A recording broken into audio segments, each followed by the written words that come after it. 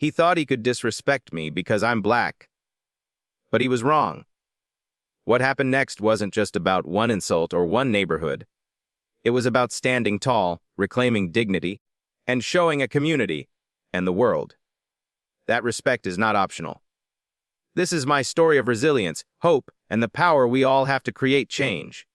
In every neighborhood, every community, there are stories that go untold, moments when invisible lines are drawn and invisible battles are fought.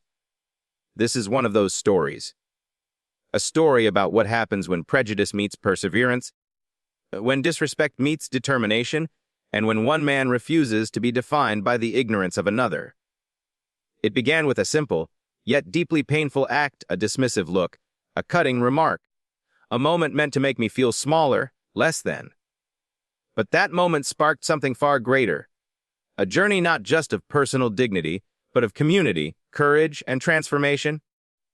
Through these pages, you will hear about the obstacles faced, the doubts wrestled with, and the power found in standing up.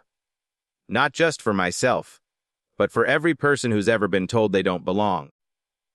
This is a story about the strength of community, the importance of representation, and the belief that change is not just possible. It's inevitable when we refuse to stay silent. This story is a call to every person watching to recognize your worth, to challenge injustice, and to lead by example. Because the fight for respect is not over, and it is a fight we must all join. Let me tell you a story, not of revenge, but of resilience. It starts, as many American stories do, with a move, a dream, a home. When I bought my house in this quiet, manicured neighborhood, I walked in with pride. Not just for the keys in my hand, but for what they represented: generational hope, sacrifice, and yes, progress. I was one of the few black homeowners in the community. I noticed it, but I didn't dwell on it.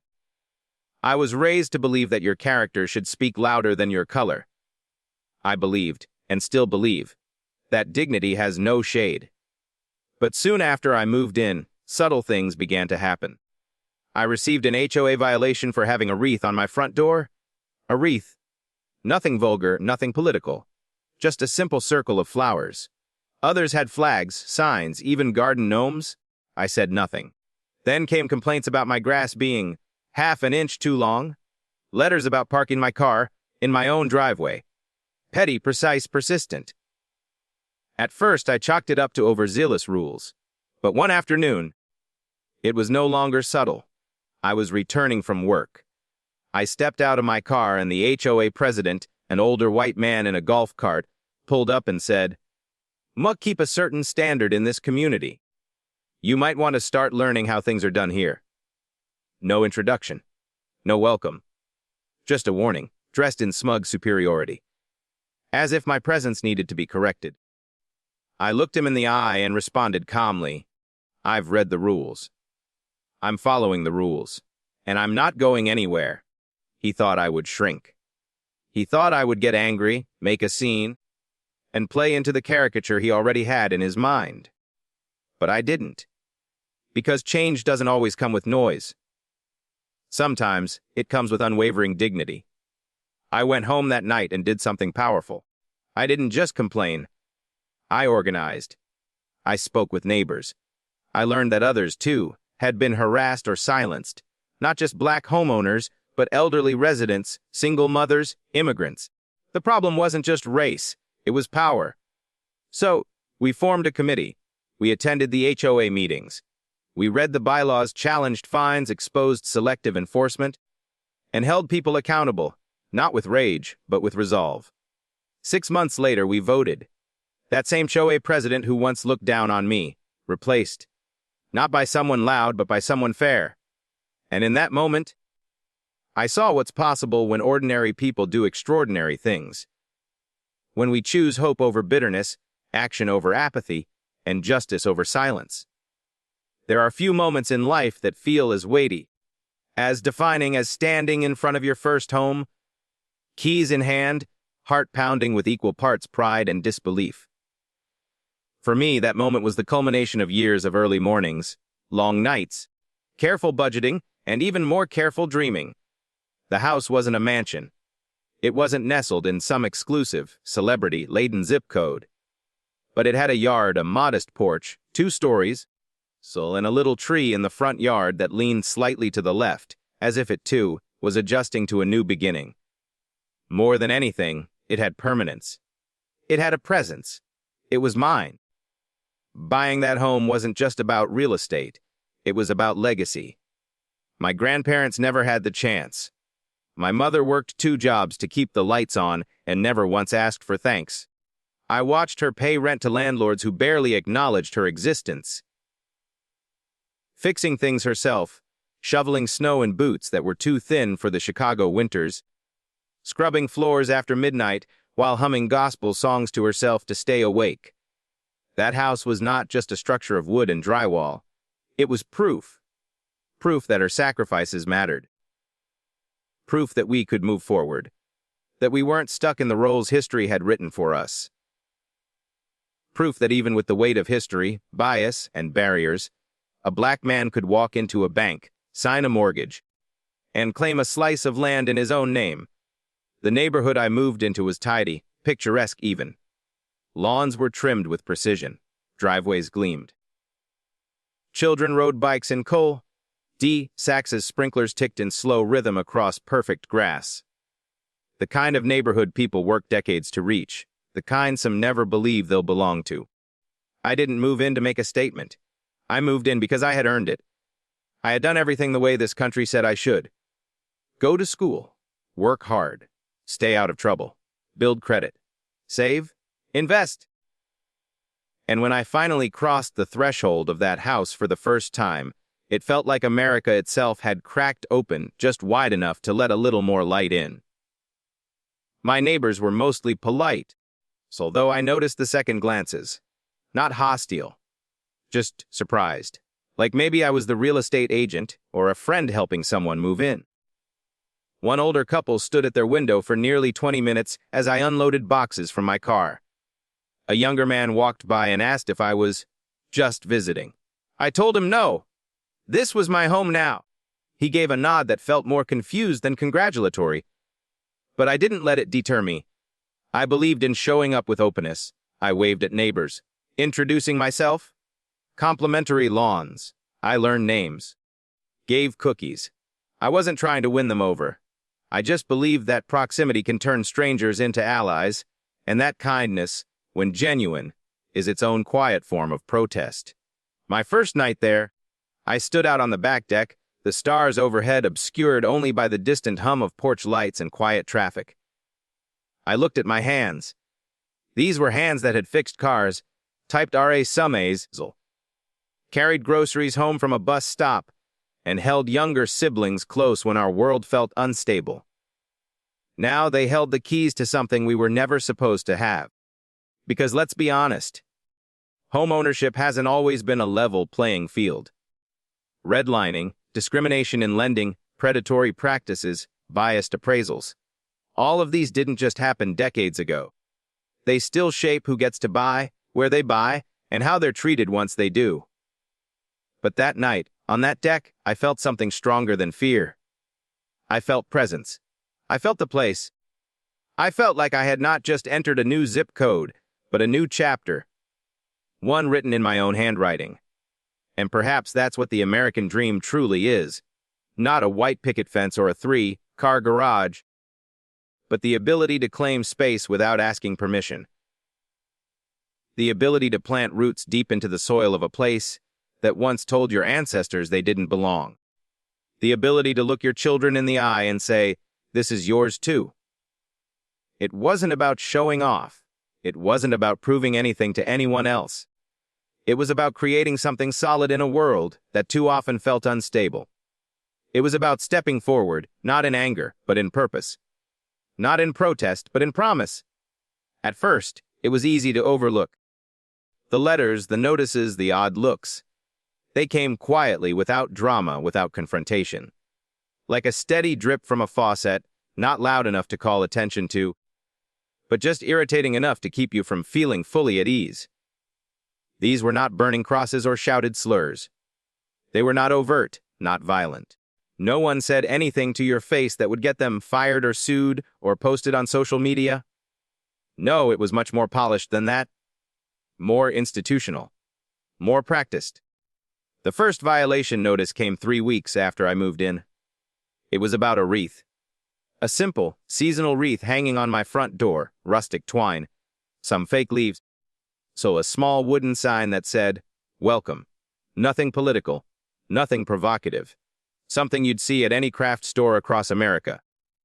The letter from the HOA said it violated neighborhood aesthetic standards. I looked around. My neighbor 2 doors down had a wooden eagle hanging above his garage. Across the street, someone had a massive "Support the Troops" banner stretched across their balcony. One house still had Halloween decorations up, and it was February. No violation notices in sight. I checked the community guidelines just to be sure. Decorative door hangings were allowed, so long as they were seasonally appropriate and inoffensive. Mine was both. I didn't get angry. I just removed the wreath and filed the letter away. Maybe it was an honest mistake, I told myself.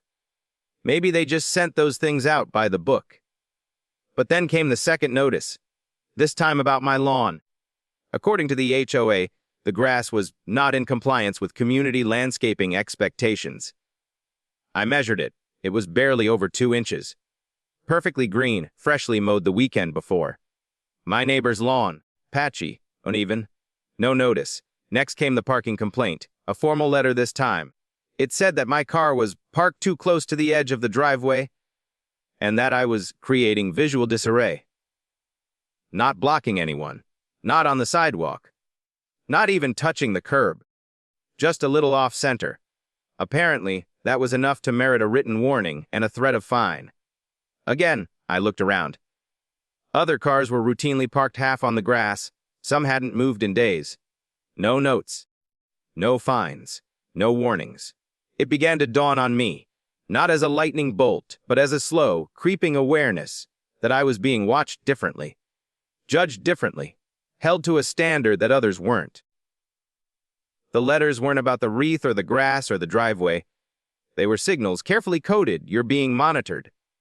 You're out of place. You don't quite belong. And yet, if I were to bring it up, if I were to say the words racial bias, I knew what the response would be. Don't make it about race. You're being too sensitive. It's just the rules. That's how it works. The bias is always just subtle enough to deny. Just quiet enough to make you question your own instincts.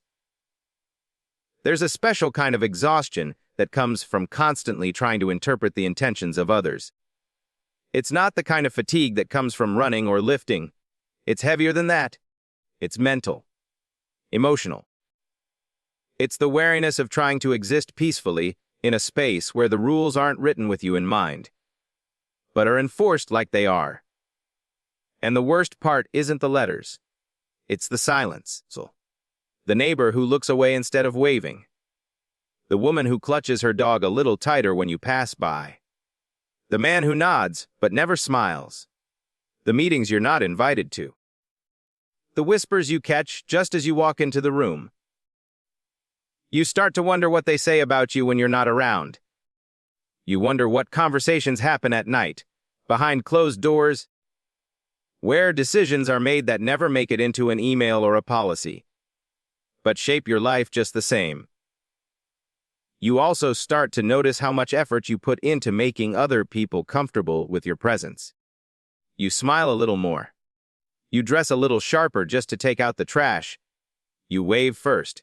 You laugh when you're not amused.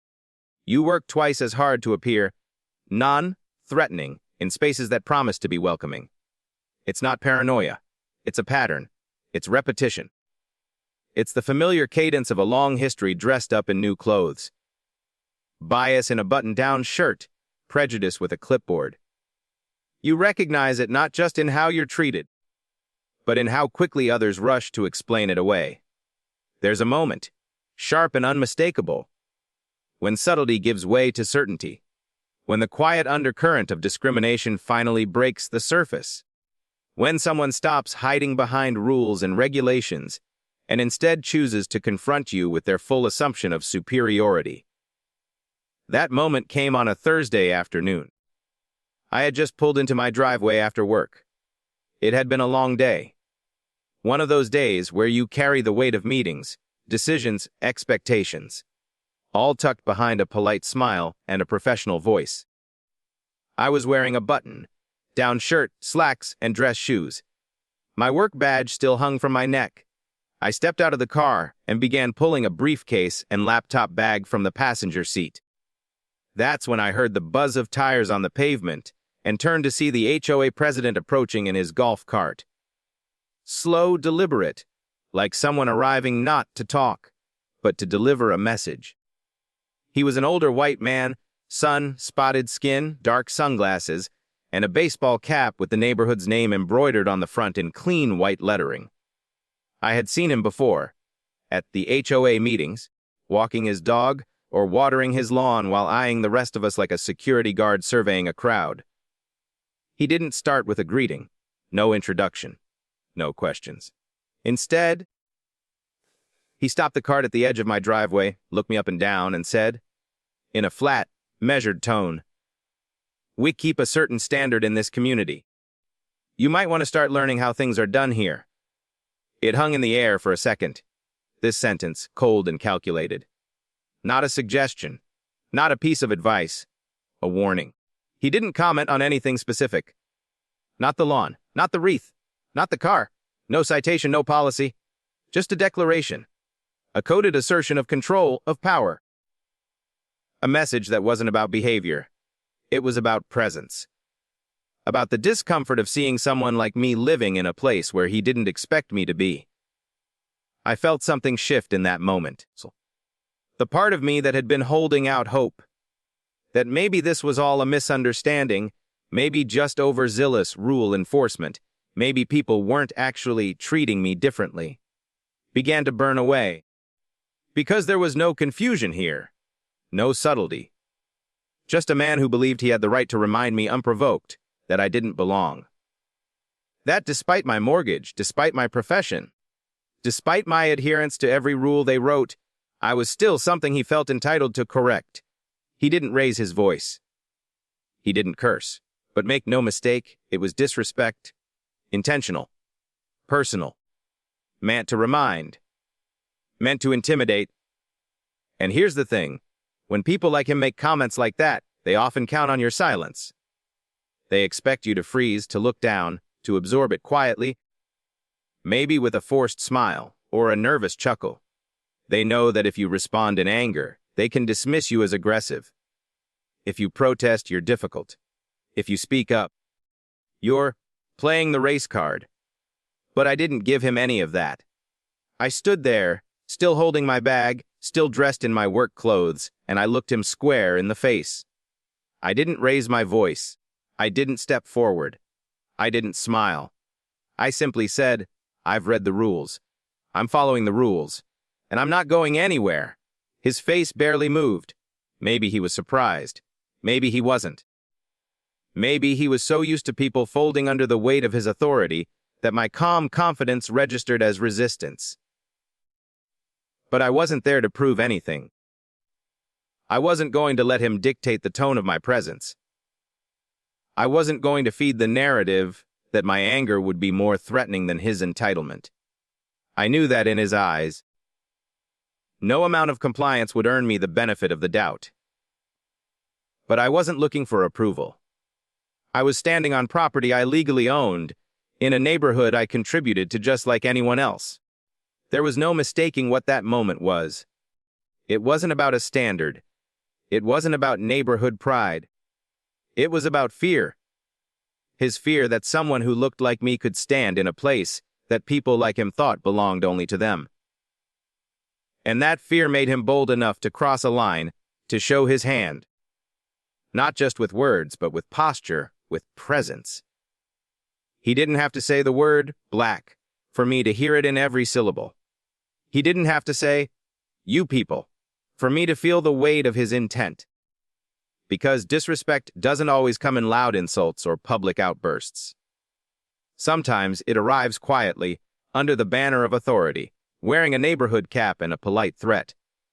In moments of disrespect, especially when it comes wrapped in power and prejudice, the instinct often pulls us toward two extremes: silence or explosion. To stay quiet can feel like surrender, to lash out can seem like feeding the fire. But the real strength often lies in something less visible: a steady, unwavering calm that carries the weight of conviction without the need for spectacle. When he said those words, that thinly veiled warning meant to diminish me. I had a choice. I could react with the anger that welled up inside, the kind of fierce fire that blazes but sometimes burns bridges. Or I could respond with clarity, with dignity, with the quiet assurance that I was not his adversary but his equal. I chose the latter. I looked him in the eyes, steady and unflinching. My voice was calm but firm, carrying the weight of a man who knew his worth. Not just in that moment, but in a lifetime of experiences. I've read the rules. I'm following the rules. And I'm not going anywhere. It wasn't a challenge. It wasn't a threat. It was a statement of fact. I was making clear that I understood the system better than he thought, that I had done my homework, though that I was prepared to stand my ground without causing a scene. There was power in that calmness, a kind of quiet defiance that says, "You do not intimidate me. You do not define me." There is an ancient wisdom in responding to hostility without hostility. It's not about denying your feelings or pretending everything is fine. It's about reclaiming your power in a way that disarms aggression rather than escalating it. I knew that if I let anger take over, the moment would become about me losing control rather than about the injustice being done. It would become a spectacle, easily dismissed, a moment for others to say, "See, that's why it's hard to change things." But standing firm and calm, that forced him to confront a different reality. It unsettled the narrative he was so comfortable with, the narrative that painted me as the problem.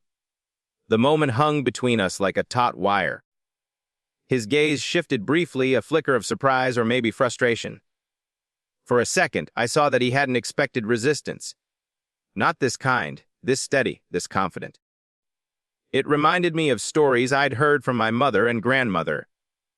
Stories about facing adversity without flinching, about answering hate not with retaliation but with grace, about showing strength even when every part of you wants to scream. Their courage was not loud, but it was relentless. It was not about confrontation but about endurance, about persistence, about holding on to hope in a world that tried to take it away. Because true change is rarely born in a single moment of anger or rebellion. It's forged in the quiet decisions to keep showing up, to keep standing tall, to keep believing that your presence matters. That day, as I stood there, I was reminded that dignity is a form of resistance. That calm is not weakness, but a reservoir of strength. That sometimes, the most powerful response to disrespect is to refuse to be diminished by it. In the days that followed, I replayed the moment over and over, not to relive pain, but to remind myself of the choice I made. That calm assertion was a declaration, not just to him, but to myself and my community, that we belong, that we matter, and that no amount of subtle or overt disrespect can erase our right to be here. It was also a lesson in personal responsibility, understanding that while I could not control his actions, I could control my response. That the path to change often starts with how we carry ourselves, how we choose to respond when the world tries to make us small. Standing calm in the face of disrespect doesn't mean accepting it. It means owning your truth so fully that the disrespect loses its power. It means planting your feet firmly in your worth, even when others try to shake your foundation. That moment wasn't the end of the story. It was a beginning, a quiet spark that would soon grow into something much bigger. Because standing firm with calm conviction is the first step toward reshaping the narrative. It's a reminder that change isn't always loud. Sometimes it's a steady heartbeat, a steady voice, a steady refusal to back down. And it's that steadiness that creates the space for unity, for understanding, for progress. One moment, one act of courage, one calm but firm response. It may seem small in isolation, a single drop in a vast ocean. But like ripples spreading across water, it travels farther than you imagine. It touches shores you cannot see and changes the landscape in ways no one can predict at first. After that encounter with the HOA president, something unexpected began to happen. Not just in me, but around me. At first, it was subtle. A nod from a neighbor I had barely spoken to. A smile from someone who had previously glanced away. A brief conversation at the mailbox about the weather or the best local school. These small gestures were not grand declarations. They didn't rewrite history overnight. But they were signs. Signs that my presence in this neighborhood was beginning to feel less like an anomaly and more like part of the fabric. The ripple started with recognition. Recognition that my right to be here was not negotiable. Recognition that my dignity was intact, no matter how much someone tried to chip away at it. Recognition that respect is earned not by submission, but by standing tall. And slowly other neighbors began to speak up, quietly at first. A woman who had seen the letters and the warnings mentioned she admired how I handled the situation. A man who once avoided eye contact stopped to ask if I needed help with yard work.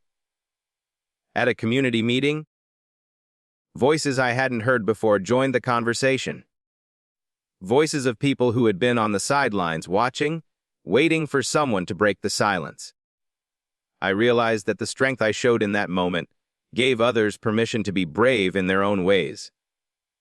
That's the power of example. Ordinary people do extraordinary things simply by refusing to be invisible or intimidated.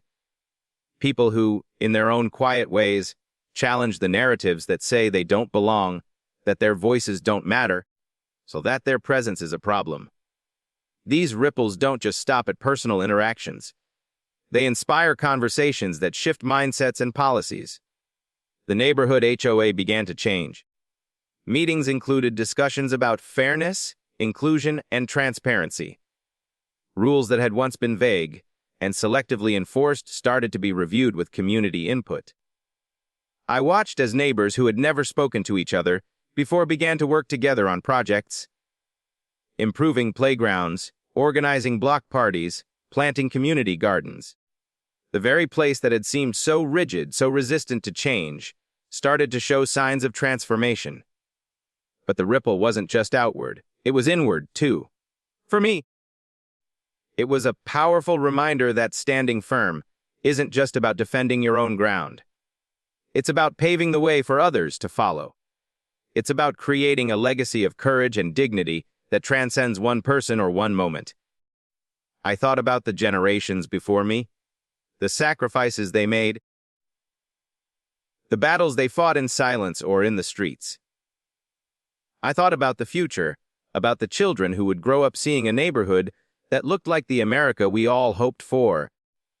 One where diversity was a strength, where fairness was a standard, where respect was universal. And I knew this ripple effect was far from over. Each conversation, each act of kindness, each decision to speak up or simply show up was another wave spreading outward. There is something deeply human about this kind of progress. It's messy, imperfect, and often slow.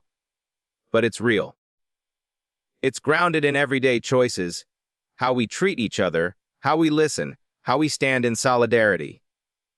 The ripple effect teaches us that change is never just the work of the extraordinary few. It is the sum of countless small acts by ordinary people who refuse to accept the status quo. It's the neighbor who chooses to greet rather than ignore. The community member who insists on fairness rather than convenience. The individual who meets disrespect not with silence, but with quiet strength. And while these ripples may start in a single neighborhood, their impact reaches far beyond, touching cities, states, and the hearts of people who are watching, waiting for change. Because when one person stands with integrity, it lights a path for others. When one person refuses to be diminished, it builds a foundation for a stronger community. When one person says, "I am here, and I belong," it challenges the walls that divide us. This is the essence of hope. This is the power of perseverance. This is how lasting change begins, not with grand gestures or loud protests, but with everyday courage that refuses to be silenced. Change rarely arrives as a sudden thunderclap. More often, it begins with a conversation. Sometimes awkward, sometimes uncomfortable, but always necessary. Dialogue is the bridge that connects divides, transforms suspicion into understanding, and turns strangers into neighbors. And after the ripples began to spread in my community, I understood that building those bridges required something more than quiet resilience. It required reaching out, listening, and inviting others to see the world through my eyes. It wasn't easy. Not at first.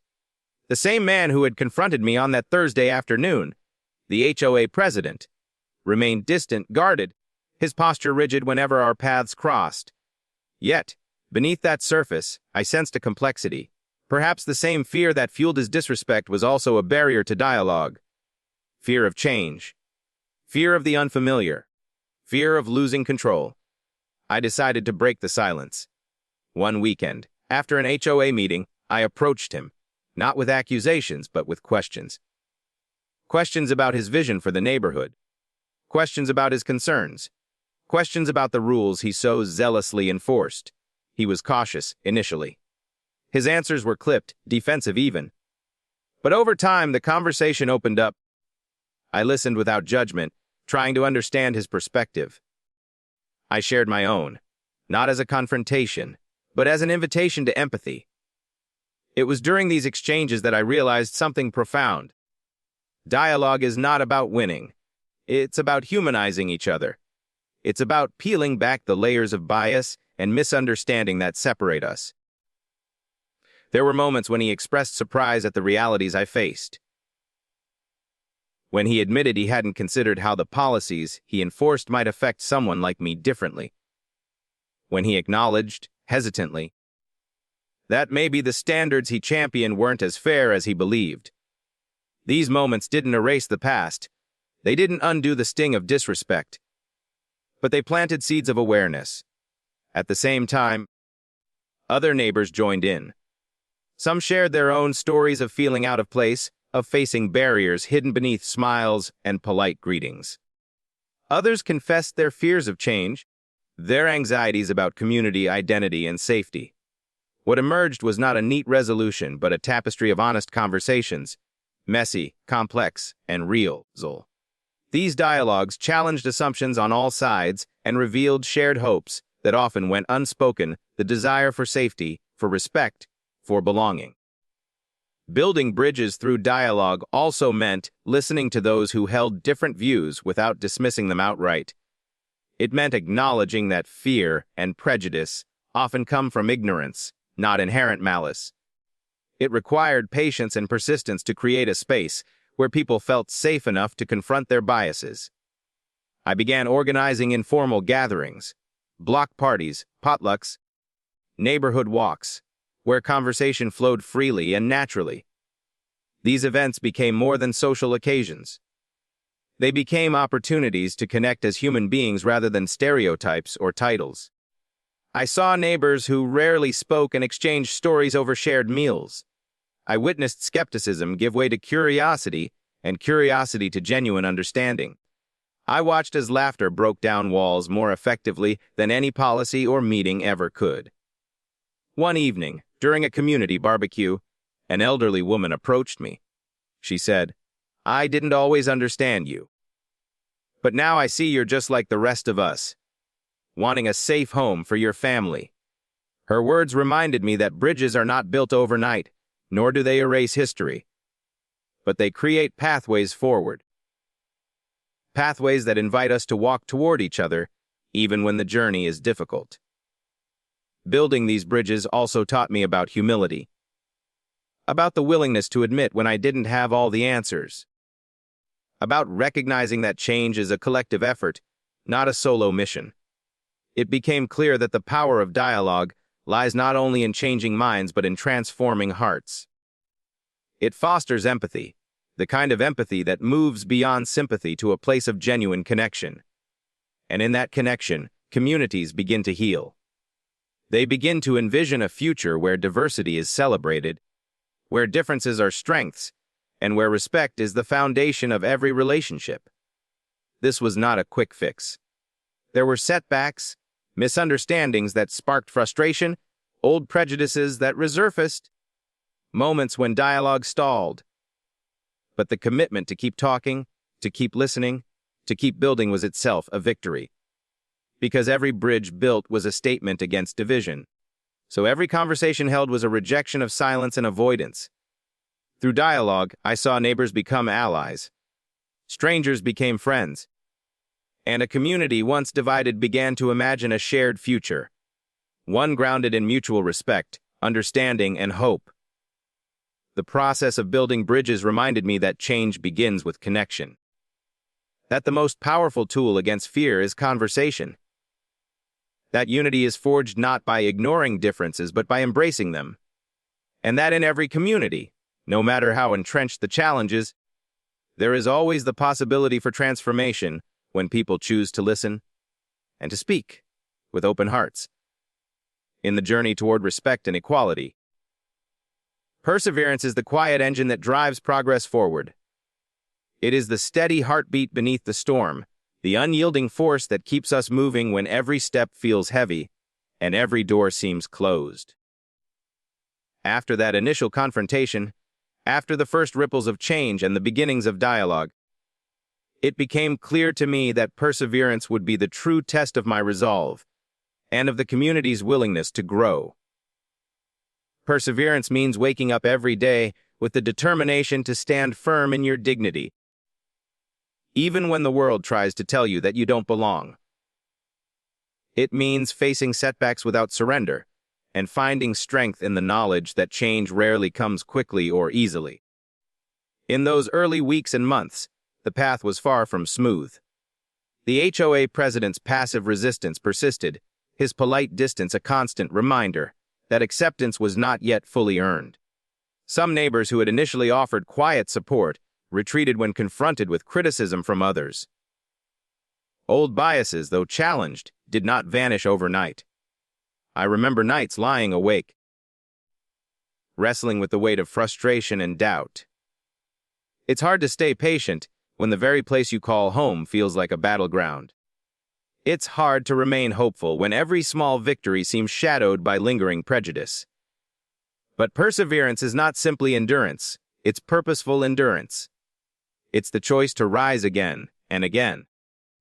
Fueled by a vision bigger than the immediate pain, I thought about the countless ordinary men and women, black men and women especially, who had faced unimaginable barriers and yet refused to yield. Their stories were woven into the fabric of our history: workers who built industries, activists who marched for civil rights, teachers who inspired generations. They didn't stop because it was easy. They persevered because the alternative was to accept a world that told them they were less than. This became my anchor. I wasn't just fighting for myself, I was part of a long legacy of perseverance. That legacy carried me through neighborhood meetings where my ideas were dismissed, through whispered rumors that sought to undermine my presence, through moments when the weight of isolation threatened to overwhelm. Each time, I reminded myself the change I wanted would not come from anger or bitterness, but from consistent, unshakable commitment. Perseverance also meant showing up, not just physically, but mentally and emotionally. It meant engaging in HOA meetings, even when I knew the odds were stacked against me. It meant organizing community events, despite initial low attendance. It meant responding to disrespect not with retreat, but with renewed dedication to building bridges. This consistency sent a message louder than any protest.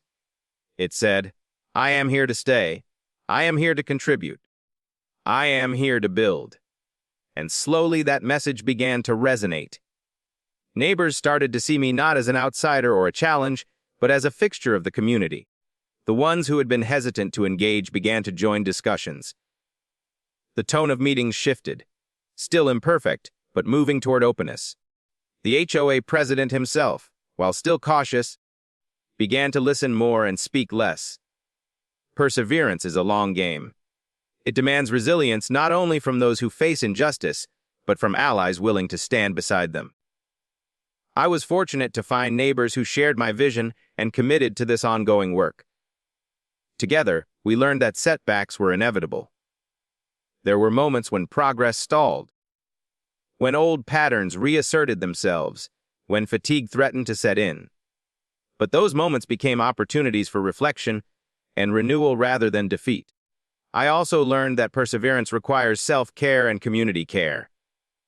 You cannot carry the weight of change alone. Reaching out for support, celebrating small victories, and nurturing hope were vital to sustaining the journey. Through perseverance, I came to understand that change is a mosaic, a series of small, sometimes invisible steps that, over time, create a new picture. It is the quiet meetings, the respectful conversations, the willingness to be vulnerable and human that add up. The power of perseverance lies in the refusal to accept the status quo. It lies in the belief that every act of courage, every decision to speak or listen, moves us closer to a community where respect and equality are not ideals but realities. So it is the force that turns moments of disrespect into catalysts for transformation. That turns individual courage into collective progress. And it is what sustains us when the path forward seems uncertain, when progress feels slow, and when the weight of history presses down. Perseverance is not a grand, singular event. It is the steady rhythm of commitment that builds the foundation for lasting change. No man is an island. This truth rings especially loud when we confront injustice or strive to claim our rightful place in a community. The power of individual courage is undeniable, but it is the strength of community support that transforms personal battles into collective victories. After standing firm in the face of disrespect, I quickly realized that my journey was not mine alone, and that the support of my neighbors, friends, and allies would be the lifeblood of lasting change. Community support is more than just a feeling of belonging. It is an active force, people rallying around each other, sharing burdens, amplifying voices, and creating networks of resilience. It means neighbors who don't turn away when things get difficult, but who show up with empathy, solidarity, and a commitment to justice. When I first confronted the disrespect directed at me, I stood largely alone. The sting of those words and the weight of exclusion felt personal and isolating. But as time went on, small pockets of support began to emerge, friends who offered encouragement, neighbors who voiced quiet agreement, even strangers who sent messages of solidarity. This support became a shield. It was a reminder that I was part of something larger, that my fight was not an isolated struggle, but part of a broader movement toward dignity and equality. Community support looks different in every form. Sometimes it's the simple act of a neighbor saying, "I see you, and I stand with you." Other times it's organizing together to address unfair policies or creating spaces where diverse voices are heard and valued. I recall the moment when a few neighbors gathered after an HOA meeting. We shared stories, not just about that neighborhood, but about our lives, our struggles, our hopes. In those conversations, so the abstract became personal. Us and them began to blur. We realized we all desired the same things: respect, safety, fairness, and a sense of home. This shared humanity is the foundation of community support. I also learned that support requires courage. Not only from those directly affected, but from allies willing to confront their own discomfort, biases, and fears. True community support means standing up even when it's inconvenient, even when it means challenging friends or institutions. Some neighbors risked backlash by speaking up. Others lent their voices quietly but consistently. This collective courage created momentum that no single person could have generated alone. Community support also involves education and awareness. We organized workshops and discussions to unpack the histories and realities of discrimination, to foster empathy, and to equip each other with tools for advocacy. Knowledge became empowerment. When people understood the systemic nature of the challenges faced, they became more willing to listen, learn, and act. Through this process, the neighborhood began to shift, not just in policies but in spirit. The subtle tensions that once defined our interactions gave way to a growing sense of connection and shared responsibility. But community support is not always easy or comfortable. It requires patience and perseverance. It means navigating disagreements, confronting uncomfortable truths, and sometimes making hard choices. Yet, it also offers profound rewards. It reminds us that no matter how dark the night, there are hands reaching out to pull us toward the dawn. It teaches us that together, we can build bridges where walls once stood. The role of community support goes beyond immediate neighborhoods. It's part of a larger call to action, a reminder that change begins when individuals unite in shared purpose. In every city, every town, every block, the power of community can overturn long-standing injustices. It's the foundation on which movements are built and progress is sustained. Reflecting on my own journey, I understood that my perseverance was bolstered by the networks of care around me. The simple knowledge that I was not alone made the impossible seem achievable. Moreover, community support nurtures the spirit. It renews hope when discouragement threatens to take hold. It celebrates victories, no matter how small, and honors the courage it takes to keep going. In this way, community becomes more than a place. It becomes a source of strength, identity, and purpose. I saw firsthand how neighbors who once barely nodded in passing became advocates for fairness and inclusion. I witnessed friendships blossom across cultural and generational divides. I experienced the healing power of shared stories and mutual respect. All of this reinforced a fundamental truth. Lasting change is never the work of a lone individual. It is born from the collective will, sustained by the bonds of community, and fueled by the belief that together, we are stronger. The battle for respect often feels external.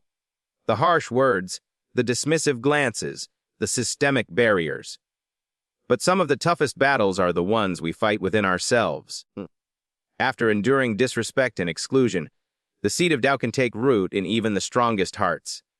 It whispers quietly, questioning our worth, our place, our right to stand tall. Overcoming these internal doubts is a crucial, though often unseen, part of any journey toward justice and dignity. When the Echoa president dismissed me so openly, it was not just a public affront. It was a moment that sent ripples deep into my own spirit. For a while, those doubts crept in. Did I deserve to be here? Was I making a difference? Was I simply stirring trouble where none needed to be? These questions are natural. They are the human response to pain and rejection. But left unchecked, they can become chains that bind us to silence, to invisibility, to resignation. The struggle to overcome internal doubts requires intentional courage. It demands that we reject the false narratives imposed by others and reclaim our own stories of worth and purpose. I found myself turning to reflection and remembrance. I thought about the generations who came before me, men and women whose courage in the face of unimaginable obstacles laid the foundation for the freedoms I now claim. Their struggles were not easy, and yet they persevered. Their example reminded me that doubt is not defeat, it is an invitation to rise. At times, I had to silence the harsh voice inside my own head and replace it with affirmations of resilience. I belong here. My voice matters. My dignity is not negotiable. These were not empty words, but declarations of truth, truths I had to remind myself of daily. Overcoming doubt also meant seeking strength and connection. I reached out to friends, mentors, and community members who affirmed my worth and reminded me of the importance of my stand. Their encouragement was a lifeline, helping me to push past moments of uncertainty. It's important to recognize that internal doubts often arise because of a history of systemic oppression.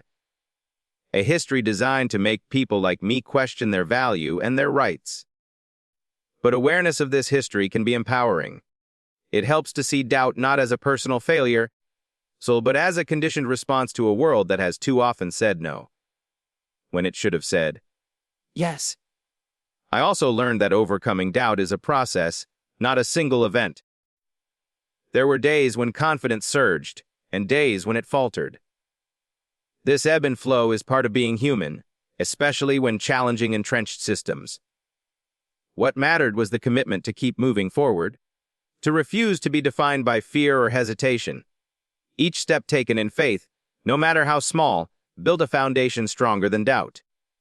Perseverance alone is not enough if we allow internal doubts to undermine our resolve. True strength comes from nurturing self-belief and recognizing that our voices and presence have inherent value. I began to celebrate small victories, moments when I spoke up in meetings, when a neighbor offered support, when policies began to change. These successes became affirmations that my efforts were meaningful, reinforcing my sense of purpose. Overcoming internal doubt also meant embracing vulnerability, the willingness to acknowledge fears and insecurities without letting them control me. It meant being honest about struggles while holding on to hope. This balance between honesty and hope is delicate but powerful. It humanizes the journey and allows for authentic growth. I realize that internal doubts are not weaknesses to be eradicated, but challenges to be met with grace and resilience. They remind us that the path to change requires inner work as much as outer action. In this internal battle, I discovered a profound truth that self-respect is the root from which all external respect grows. Without believing in my own worth, it would have been impossible to demand fairness from others. And so, overcoming internal doubt became an act of self-love and defiance. It was a declaration that despite the world's attempts to diminish me, I would rise with dignity. This internal journey is one shared by many who face discrimination and disrespect. It is a quiet struggle that deserves recognition because it is the foundation for every outward act of courage. By confronting and moving beyond these doubts, we not only empower ourselves but pave the way for others to do the same. In every community, every institution, every gathering, representation matters. It's more than just a buzzword or a checkbox. It is the mirror through which people see themselves reflected and the window through which others learn to understand. When I faced disrespect rooted in assumptions about my identity, I came to understand the deep, transformative power of representation, not only as a symbol but as a catalyst for change. Representation is about visibility. It is about showing up in spaces where historically people like me were excluded or ignored. It is about breaking the cycle of invisibility that breeds misunderstanding, prejudice, and marginalization. When I first moved into the neighborhood, there was a glaring absence of black faces in leadership positions. No members on the HOA board, no advocates for diversity in the meetings, no voices that echoed the experiences of people like me. This absence was not neutral. It shaped the culture of the community in subtle and overt ways. Without representation, policies and decisions were made through a narrow lens, often overlooking or misunderstanding the needs and realities of marginalized residents. It was clear that changing this dynamic required more than just words. It required presence and participation. I decided to step forward, to serve, to make sure that the perspectives and concerns of black neighbors were heard and valued. Becoming involved in the HOA was not easy. There were barriers, some formal, others informal, that made it difficult for me to have a seat at the table. But I refused to let those obstacles silence me. The act of showing up itself sent a powerful message.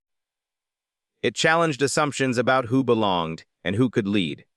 It inspired others in the community who had felt invisible to find their own voices. Representation creates pathways for others. It tells young black boys and girls, you can be more. You can lead. Your voice matters. This is why representation is so deeply political, yet profoundly personal. It shapes identities and futures. When I sat in those meetings, I brought with me not just my own experiences, but the hopes and concerns of a broader community. My presence compelled others to listen differently, to consider new perspectives and question old biases. Representation also builds trust. When people see leaders who look like them or share similar experiences, so it fosters a sense of belonging and confidence in the system. But representation must be genuine, not tokenistic. It requires meaningful participation, influence, and the power to shape decisions, not just a figurehead placed for optics. I worked hard to ensure my voice was not only heard but respected. I advocated for policies that promoted fairness and inclusion. I listened to neighbors from all backgrounds and sought to bridge divides through collaboration. In doing so, representation became a tool for unity rather than division. It highlighted shared goals and fostered mutual respect. I also recognized that representation is not just about individual roles, but about cultivating diverse leadership at all levels. It means nurturing future leaders, creating opportunities, and challenging systemic barriers that exclude. The impact of representation rippled beyond the HOA meetings. It influenced how neighbors interacted daily. It shifted attitudes and opened hearts. When people saw someone who defied stereotypes, who spoke with conviction and empathy, who worked tirelessly for the community's good, it challenged prejudices and expanded possibilities. Representation gave me the courage to challenge disrespect, not just as a personal affront, but as a symptom of deeper exclusion. It gave me the platform to advocate for change and to inspire others to believe in their own power. This power of representation is echoed in movements across history. From elected officials who break barriers, to artists and educators who change narratives, to everyday people who refuse to be invisible. It reminds us that who sits at the table matters profoundly. Without representation, policies risk being blind to the diversity of human experience. Without representation, progress is slower, and injustice persists longer. But with representation, communities become stronger, more vibrant, and more just. It is a call to action for all of us to not only demand representation, but to actively create it. By stepping forward, supporting others, and reshaping spaces to reflect the richness of our shared humanity. There is an old saying that actions speak louder than words. In the quest for respect and equality, this truth is not just a proverb, it is a guiding principle. After confronting disrespect and standing firm in my dignity, I learned that inspiring change begins with the way we live our lives every single day. Personal example is a powerful force that can break down barriers, shift perceptions, and ignite transformation in others. When I first faced the sting of disrespect in my community, it was tempting to respond with anger or withdrawal. Yet, I chose a different path. I resolved to embody the values I wished to see: integrity, respect, kindness, and perseverance. I understood that by living these values openly, I could challenge stereotypes and inspire others to reconsider their assumptions. Living by example means showing up with grace, even in the face of adversity. It means responding to disrespect not with bitterness but with dignity. It means extending kindness in moments when hostility seems easier. I committed to being a neighbor who listens deeply, who helps without hesitation, who celebrates others' successes as much as my own. This commitment was not a strategy or a performance. It was a sincere reflection of who I am and who I aspire to be. The impact of personal example often unfolds quietly but powerfully. I noticed that when I treated others with respect, even those who had doubted or dismissed me, it created openings for mutual understanding. It softened defenses and fostered dialogue. Neighbors began to approach me differently. Conversations that were once tense became warm and collaborative. Invitations to community events increased. The same people who had been distant started to seek connection. Personal examples also inspire others facing similar challenges. I heard from younger Black men and women in the community who told me that seeing me stand tall gave them hope and courage. They saw in my persistence a reflection of their own potential to overcome. This ripple effect is the essence of leadership, not imposed from above, but emerging organically from example. Inspiring change through personal example also means holding ourselves accountable to the highest standards, even when it is difficult. It means acknowledging mistakes, learning from them, and striving to do better. This humility builds trust and authenticity. I recall moments when I could have responded with frustration or defensiveness, but chose patience and calm instead. These moments were not easy, but they became powerful statements about the kind of community I wanted to help create. This approach does not minimize the reality of injustice or the necessity of calling it out. Rather, it complements advocacy by modeling the values that underlie a just society. By embodying respect, fairness, and empathy, we provide a living example of what is possible. Personal examples challenge the false narratives that fuel discrimination. It disproves stereotypes by showcasing strength, wisdom, and compassion. It humanizes experiences that might otherwise be dismissed or misunderstood. Moreover, this approach invites others into the journey of change. It opens doors for dialogue and collaboration. It encourages people to question their own biases and assumptions. I also learned that inspiring change through example is a lifelong commitment. It requires ongoing effort and reflection. It means showing up consistently, even when progress feels slow or invisible. The power of personal example is evident in communities throughout history. From civil rights leaders who lived their convictions in everyday acts, to neighbors who quietly build bridges across divides, change begins with individuals who dare to lead by example. In my own neighborhood, this principle transformed relationships. It shifted dynamics from suspicion to trust, from exclusion to inclusion. It created a foundation for collective growth. I realized that no policy or program could substitute for the influence of a person who lives their values authentically and courageously. This realization strengthened my resolve to be that person, not just for myself, but for my community and future generations. Inspiring change through personal example also nurtures a culture of accountability. When we hold ourselves to high standards, we encourage others to do the same. We create environments where respect and dignity become the norm rather than the exception. I found that this kind of leadership is contagious. It spreads through example and encouragement, building momentum for broader transformation. At the heart of this principle is a profound respect for humanity. The belief that every person has the capacity to grow, to change, and to contribute positively. Living by example is an invitation to hope. It is a declaration that despite the challenges, we can shape a better future through the choices we make daily. Every story of change, every journey toward justice, ultimately comes to a crossroads, a moment that demands more than reflection or words. It demands action.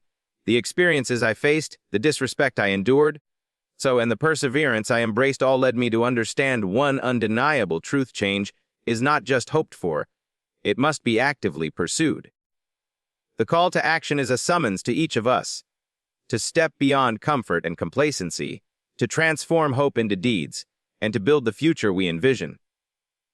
The power of this call is rooted in personal responsibility. Each of us holds the ability and the duty to shape the world around us. When I first encountered disrespect simply because of my identity, it was easy to feel powerless. The wounds of bias felt like insurmountable walls. But over time, I realized that within me lay the spark of agency, and within our communities, the potential for collective transformation. Answering the call to action requires courage. The courage to confront injustice not only in others but also within ourselves. It means challenging assumptions, speaking out against inequality, and refusing to be bystanders when respect is denied to anyone. Change does not happen passively. It requires us to be active participants. In practical terms, this call might look different for each person.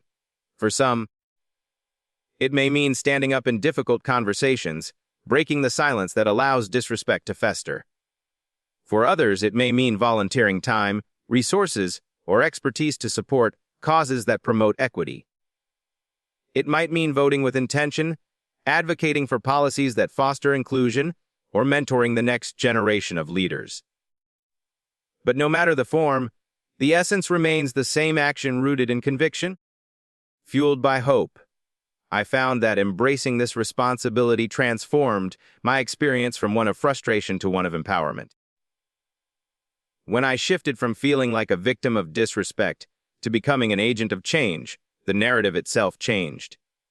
My voice gained power because it carried the weight of purpose. The call to action is also a call for unity. Change is rarely accomplished alone.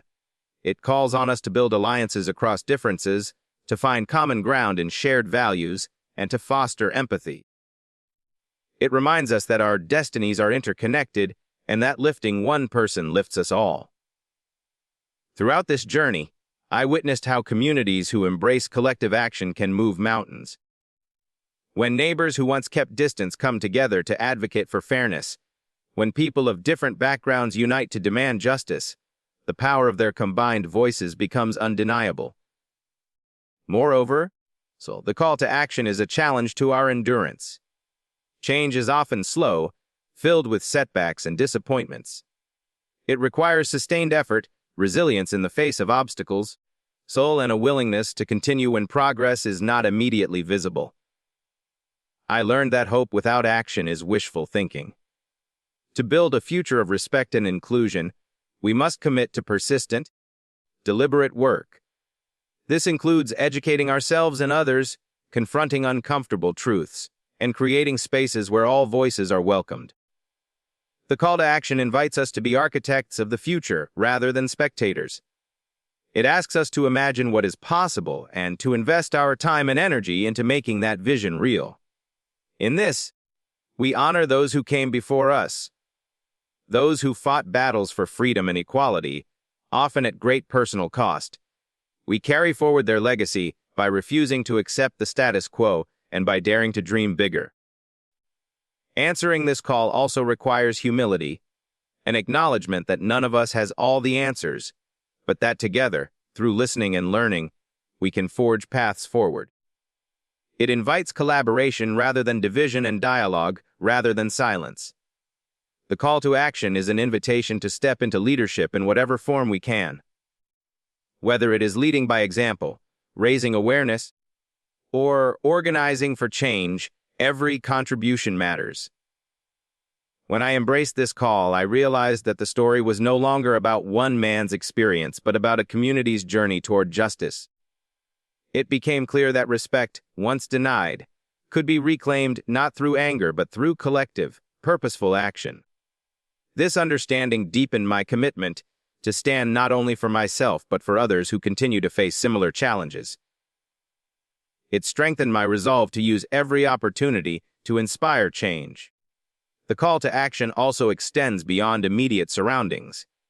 It speaks to our shared humanity and our common responsibility to build a world where every person is valued.